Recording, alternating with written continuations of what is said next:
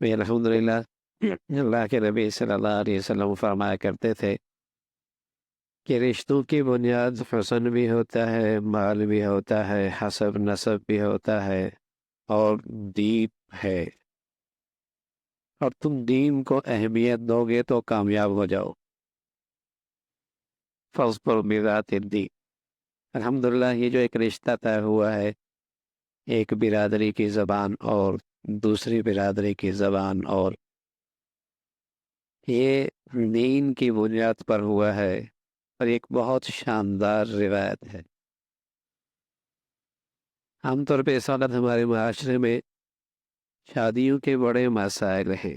سچی بات ہے، بچیوں والے تو پریشان ہیں ہی، بچوں والے بھی پریشان ہیں، رشتہ نہیں مل رہا۔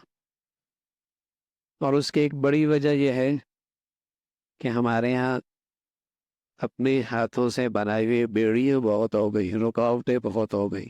یہ اسٹیٹس ہو، یہ زبان ہو، یہ برادری ہو، یہ قوم ہو، یہ یوں ہو، یہ چیزیں اتنی بڑھتی چلی گئی ہیں کہ بچیاں بسا اوقات عمریں گزار کر سر کے بال سفید کر بیٹھتی ہیں، اور نوجوان بیچارے ان کے لیے جوانیاں بچانا مشکل ہو جاتا ہے۔ جو اللہ کے نبی صلی اللہ علیہ وسلم نے ایک بات بتائی تھی کہ مسلمان اگر دیندار ہو جاتا اور دین کی بنیاد پر رشتے ہونے لگتے تو زندگی کتنی آسان ہو جاتی۔ پھر یہ سمجھ میں آتا ہے کہ مزاج نہیں ملتے۔ ارے بھائی، ایک باپ کے دو بیٹے، ایک باپ کے دو بہن بیٹیاں، ان کے بھی تو مزاج مختلف ہوتا ہے، اور سچ بتاؤں اگر دین نہ ہو تو وہ بھی آپس میں اچھے طریقے سے نہیں رہ سکتے۔ لیکن دین ایک ایسی چیز ہے الحمدللہ کہ چاہے وہ کسی برادری کی، کسی قوم کا، کسی زبان کا، کسی علاقے کا، لیکن دین دار ہو، واقعتاً دین دار ہو، تو مزاجوں میں تفاوت کے باوجود بھی گھر بڑے خوبصورت آباد ہو جایا کرو۔ اظفر بذات الدین، دین ہے۔ آج سب سے بڑا مسئلہ ہے کہ برادری کا ہونا چاہیے، پھر زبان کا بھی نہیں، پھر برادریوں میں پتہ نہیں کتنی برادریاں ہیں۔ اگر ایک زبان کی پتہ نہیں کتنی برادریاں ہیں، اور ایک زبان کی پتہ نہیں کتنی برادریاں ہیں۔ پنجابی ہے تو اس کی پتہ نہیں کتنی برادریاں، میمن ہے تو پتہ نہیں اس کے یہاں کتنی برادریاں، پٹھان ہے تو اس کے یہاں کتنی برادریاں۔ خود ہی اپنے لیے مسائل کھڑے کر دیے۔ یعنی بہت سارے ہمارے یہاں شادیوں کی ترجیحات خود بنائی کرتے ہیں، اور اگر یہ بنیاد ہوتی دیندار ہو، دیندار ہو، تو رشتوں کی نہ ہونے کی وجہ دولت کا نہ ہونا نہیں ہے کہ دولت نہیں ہے، پیسہ نہیں ہے، ایسا نہیں ہے، بلکہ ہم نے یہ دیکھا جہاں دینداری ہے، اور دینداری ہے، دولت نہیں بھی ہے تب بھی وہاں تین تین ہے اور چار چار بھی ہے، بڑی خوشی سے رہ رہے ہیں، اور بڑا گھر آباد ہے۔ تو مسئلہ دولت نہیں ہے کہ خوشحالی نہیں ہے، فراوانی نہیں ہے، اس لیے رشتے نہیں ہوتے۔ سچ یہ ہے کہ معاشرے سے چونکہ دین نکلا، دین کی اہمیت نکلی، دین زندگی میں ترجیح نہ رہا، دین زندگی میں ترجیح نہ رہا، رشتے ناتوں کا، تعلقات کا، ملنے جلنے کا دین قابل ترجیح نہ رہا، اس لیے مسائل کھڑے ہو۔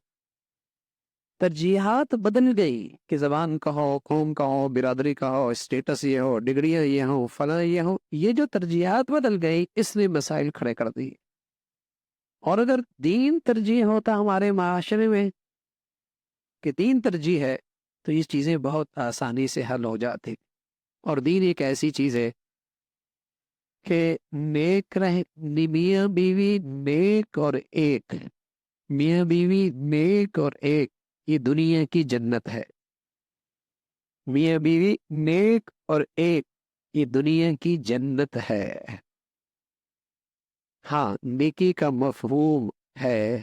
رسول اللہ صلی اللہ علیہ وسلم سے پوچھا کہ یا رسول اللہ احب ان اکون اعبد الناس، ورنہ آج کیا نیکی کا پیمانہ تو عجیب و غریب ہے۔ جو عید کی نماز پڑھ رہا ہے وہ بھی نیک ہے، جو جمعے کی پڑھ رہا ہے وہ بھی نیک ہے، جس کا سارا دین مسجد تک ہے وہ بھی نیک ہے۔ اللہ کے نبی سے پوچھا گیا یا رسول اللہ احب ان اکون اعبد الناس، میں سب سے زیادہ نیک بننا چاہتا ہوں۔ آپ نے فرمایا اتق المحارم تکن اعبد الناس، حرام سے بچ جا، سب سے بڑا بزرگ بچ جائے۔ حرام سے بچ جا، سب سے بڑا بزرگ بچ جائے۔ اگر ان آنکھوں سے حرام نہ دیکھا جائے تو پھر بیوی کی محبت کی مٹھاس نصیب ہوتی ہے، اور عورت باحیا ہو، با کردار ہو، اس کی آنکھیں شوہر سے نہ ہٹتی ہوں، پھر اسے شوہر کی زندگی میں راحت اور سکون ملتا ہے۔ لیکن اگر ان آنکھوں سے حیا رخصت ہو جائے اور یہاں حرام کا ارتکاب ہو تو حلال کی لذت ختم ہو جاتی ہے، حرام کی کشش بڑھ جاتی، حلال کی لذت نہیں رہتی، حرام کی کشش بڑھ جاتی ہے۔ اتق المحارم تکن اعوذ الناس، حرام سے بچ جا، سب سے بڑا نیک بن جائے گا۔ تو میاں بیوی نیک اور ایک، چاہے کسی برادری کا ہو، کسی قوم کا ہو، کسی علاقے کا ہو، کسی شہر کا ہو، کسی وطن کا ہو، نیک تو ایک دنیا کی جنت ہے۔ اللہ ہم سب کو ایسی زندگی نصیب فرما دے۔